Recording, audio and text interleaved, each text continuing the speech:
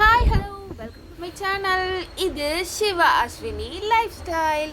புதுசாக பார்க்குறவங்க சப்ஸ்கிரைப் பண்ணிட்டு பாருங்க, மறக்காமல் லைக் பண்ணுங்க. ஸோ இது வந்து சண்டே அன்னைக்கு சாட்டர்டே அன்னைக்கு நைட்டே வந்து சரியான மழை, இடி மின்னலோட மழை. புரட்டாசி மாதமா இல்லை ஐப்பசி மாதமான்னு தெரியாத அளவுக்கு அவ்வளோ மழை பெய்யுது. ஆனால் இது சித்திரை வைகாசி தான், இதுலேயே வந்து புரட்டாசி ஐப்பசி மாதிரி மழை. ஸோ அப்படியே முடிச்சுட்டு வந்து கிளம்பியாச்சு. நாங்கள் இப்போ எங்கே போயிட்டுருக்கோன்னா மீன் வாங்க தான் போகிறோம். மீன் வாங்கிறதுக்கு முன்னாடி வீடு ஃபுல்லாக மழை பெஞ்சு நாஸ்தியாக இருந்தது, அதை ஃபுல்லாக க்ளீன் பண்ணி விட்டு கிளம்பியாச்சு. ஸோ நாங்கள் இப்போ மீன் வாங்க போகிற டைம் பார்த்திங்கன்னா 2 மணி, மதியானம் 2 மணிக்கு எந்த மீன் கடையில் மீன் வச்சுட்டு விற்பாங்க அந்த டைமுக்கு தான் அவர் வந்து வந்தார். ஏதோ வேலையாக வெளியே போயிட்டார். ஸோ அவர் வந்ததுக்கப்புறம் வந்து போயிட்டு மீன் வாங்கிட்டு வந்தாச்சு. இது என்ன மீனுன்னு எனக்கு தெரில, தேங்காய் பாறை கிழிச்சேன்னு நினைக்கிறேன். அந்த மீனை தான் க்ளீன் பண்ணி வறுத்தாச்சு. ரொம்ப ஃப்ரெஷ்ஷாக இருந்தது அந்த மீன். எனக்கு வாங்கும் போது பார்த்து வாங்கிறதுக்கு எனக்கு மறந்துட்டேன், நான் பார்த்து வாங்க முடியல. ஆனால் வீட்டில் வந்து க்ளீன் பண்ணிவிட்டு பார்க்கும்போது தான் அவ்வளோ ஃப்ரெஷ்ஷாக இருந்தது, சூப்பர் டேஸ்ட்டாகவும் இருந்தது. பாதி வறுத்துட்டு பாதி குழம்புல போட்டாச்சு. சூப்பரான மீன் குழம்பு, மாங்காய் போட்டு மீன் குழம்பு. இன்னும் ஒரு 5 மினிட்ஸ் கொதிக்கட்டும். இந்த மாங்காய் வந்து ஓரளவுக்கு குழஞ்சி வந்தால் சூப்பராக இருக்கும். கமகமான மீன் குழம்பு ரொம்ப நாளுக்கு அப்புறம். நல்லா இருந்த சிஸ்டம் ரிப்பேர் பண்ணிவிட்டு இப்போ வெறும் கீபோர்டு மவுஸையும் வச்சு விளையாடிட்டு இருக்கியா? அப்புறம் நான் சரி ஓகே விளையாடு, சரி விளையாடு. அப்படியே வந்து பூ வாங்கிட்டு வந்திருந்தேன். 100 கிராம் மல்லி வந்து 50 ரூபாமா எங்கள் ஏரியாவில். உங்கள் ஏரியாவில் 100 கிராம் மல்லி வந்து எவ்வளோ ரேட்டுன்ட்டு கமெண்ட் பண்ணுங்கள். இந்த பூவை விட பெரிய பெரிய மல்லியே எங்கள் அம்மா வீட்டில் பூக்குது. ஆனால் இது வந்து குட்டி குட்டியாக தான் இருக்குது, ஏன்னு தெரில. என் அம்மா வீட்டில் இருக்கிறது அவ்வளோ குண்டாக இருக்கும். ஸோ அந்த ஞாபகம் வந்துருச்சு. அதை முடிச்சுட்டு கொஞ்சம் சின்ன வேலை இருந்ததுன்ட்டு என்னோடய டெய்லரிங் மிஷினை வந்து ரொம்ப நாளுக்கு அப்புறம் எடுத்து தூசி தட்டலான்னு எடுத்தால் அவ்வளோ கேவலமாக இருந்தது. இத்தனைக்கும் நான் மூடி தான் வச்சுருந்தேன். இந்த மிஷினை வந்து வாங்கி எப்படியோ ஒரு 7 to 8 இயர்ஸ் இருக்கும். ஆனால் நல்லா வந்து ஒரு 20-30 ப்ளவுஸ் பக்கம் நான் தைச்சிட்டேன் என்னோடய ஓன் யூஸ்க்கு. டாப்ஸும் வந்து சுடிதாரும் தைச்சேன்.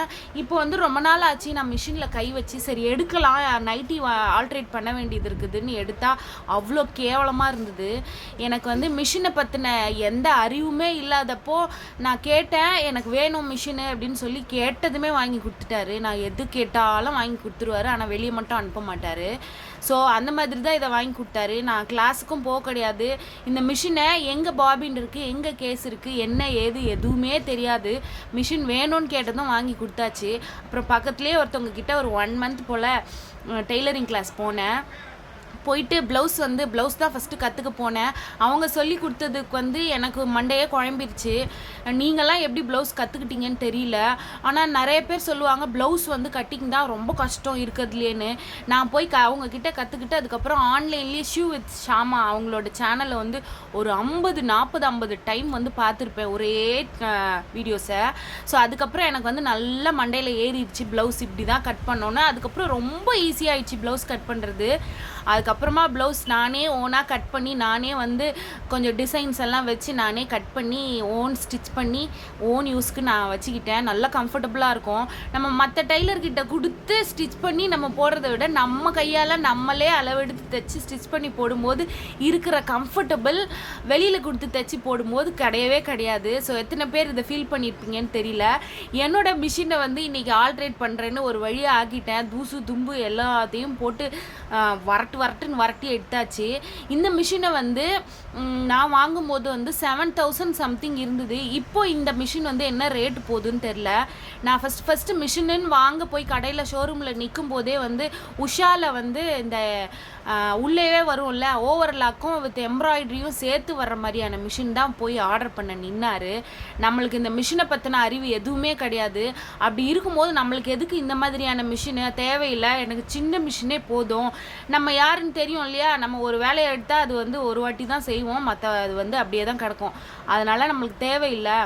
எனக்கு சின்ன மிஷினாகவே வாங்கி கொடுங்கன்னு சொல்லி அடம் பிடிச்சி வாங்கினேன். எந்த ஒரு கடைக்கு போனாலுமே என்னோடய ஹஸ்பண்ட் வந்து பெரிய பொருளாக தான் எடுப்பார். நான் போயிட்டு அங்கே பார்க்கும்போதே எது ரேட்டு கம்மி எது சின்னதோ அதை தான் எடுப்பேன்.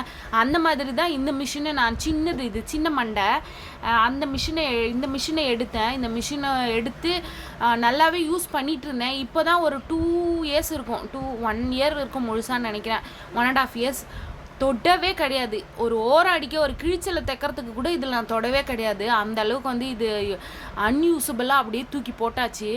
ஸோ இவர் வந்து என்னோடய ஹஸ்பண்ட் வந்து கொடுத்துடலாம் யாருக்காவது, இதை அவங்க தங்கச்சி பொண்ணுக்கு நான் கொடுக்கவா அப்படின்னு கேட்டால் உடனே இல்லை எனக்கு ஓன் யூஸ்க்கு வேணும், அவளுக்கு கொடுக்கக்கூடாதுன்னு இல்லை, நம்மளுக்கு வந்து டக்குன்னு ஏதாவது ஒன்று கிழிஞ்சிருச்சு, இப்போ ஏதாவது ஒரு ஃபங்க்ஷன் போகணும், ஏதாவது ப்ளவுஸ் தைக்கணும் அப்படின்னா டக்குன்னு நான் எடுத்து யூஸ் பண்ணுவேன். ஸோ இது வரைக்கும் வந்து எனக்கு எந்த ப்ளவுஸும் தைக்க வேண்டிய இதுவும் இல்லை அதனால வந்து நான் இந்த மிஷினை தொடாமையே வச்சுருந்தேன்.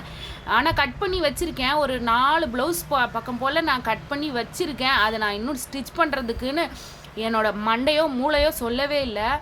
ஸோ இப்போ வந்து இதில் நீடிலெல்லாம் உடஞ்சிருக்கு. எப்போ நான் உடச்சேனே தெரியல. அந்த நீடிலெல்லாம் உடச்சி தூக்கி தூர போட்டுட்டு புது நீடில் மாற்ற போகிறேன். இந்த மிஷினோட நீடில் சைஸ் வந்து 18. இந்த ஒரு பேக்கெட்டே வந்து 20ஓ 25ஓ தெரில, எனக்கு 15 நினைக்கிறேன், ஞாபகம் இல்லை சரியா. ஆனால் நல்லா யூஸ்ஃபுல்லாக இருக்கும். இந்த ஸ்டோனு இந்த ஓவராக வந்து எதாவது கல் மாதிரி ஏதாவது ஸ்டோனு ஏதோ ஒரு சமிக்கியோ ஏதாவது வச்சுருந்தா மட்டும் இந்த ஸ்டோன் வந்து அதில் இந்த ஊசி இறங்காது. ஸோ ஒரு வழியாக வந்து என் மிஷினை அப்படி இப்படியும் போட்டு எண்ணெய் எல்லாம் தடவி எல்லாத்தையும் சரி பண்ணியாச்சு. இது எதாவது சொல்லுவாங்க, மண்டை மேலே இருக்க கொண்டையை மறந்துட்டேங்கிற மாதிரி எல்லாத்தையும் ரெடி பண்ணேன் நான். இந்த சைட்டில் இந்த கை இருக்குது பார்த்தீங்களா, அந்த சுற்றுறது, அதை சுற்றி பார்க்குறேன், திடீர்னு சுற்றவே இல்லை. எனக்கு ஒரே ஷாக் ஆயிடுச்சு, ஏன்னா இது சுத்த மாட்டேங்குதுன்னு. உள்ளே இருக்கிற எல்லாத்தையும் சரி பண்ணியாச்சு, ஆனால் இந்த இந்த ரொட்டேட்டர் மட்டும் சுற்றவே இல்லை.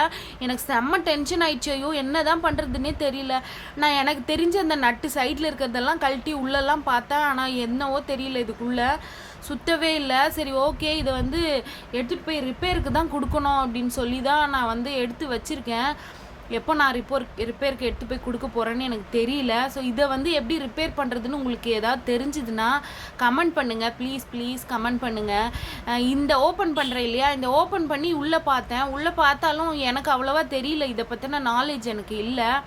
அதனால எனக்கு இது எப்படி ரிப்பேர் பண்ணுறதுன்னு தெரில. இது நல்ல லூஸாக நல்ல சல்லுன்னு ரொட்டேட் ஆகும், இது மிதிக்கிறதுக்கும் இல்லை இது சுற்றுறதுக்கும்.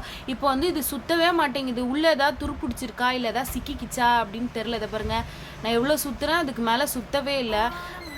அவ்வளோதாங்க, அதை சரின்னு தூக்கி ஓரம் வச்சாச்சு. ஓரம் வச்சுட்டு பார்த்தா ஒரே இருட்டிட்டு வந்துருச்சு. என்னடான்னு மாடிக்கு போய் பார்த்தா காற்றும் மழையும் சேர்ந்து அடின்னு அடிக்க ஆரம்பிச்சிருச்சு. எப்பாடா என்னடா இது, இந்த மாதத்தில் இப்படிமா. நைட்டு தான் மழை பெஞ்சுது, வீடெல்லாம் நசன்னு இருந்ததுன்னு வாஷ் பண்ணி விட்டேன். மறுபடியும் சாயங்காலம் எப்பவும் போல் ஆரம்பிச்சிது. ஈவினிங் ஒரு 3:30 போல் இருக்கும். அவ்வளோ இருட்டிக்கிச்சு, அவ்வளோ காற்று, மழையே பெய்யல. அதுக்கு முன்னாடி அவ்வளோ இடி, டமால் டுமில்னு இடி வேறு. இதில் நான் பட்டாசு தான் எங்கேயோ வெடிக்கிறாங்களோன்னு நினச்சா இல்லை, இடி மின்னல். இப்போ ஒரு மின்னல் வந்து ஸ்பார்க் ஆகும் பாருங்க. ஐயோ அப்பா அடியோ பயந்து ஓடிட்டேன் நான். மறுபடியும் வந்து உட்காந்தேன். இந்த எதிர் வீட்டில் எப்பெல்லாம் துணி காய வைக்கிறாங்களோ அப்பெல்லாம் மழை பெய்ன்னு பெய்யுதுங்க.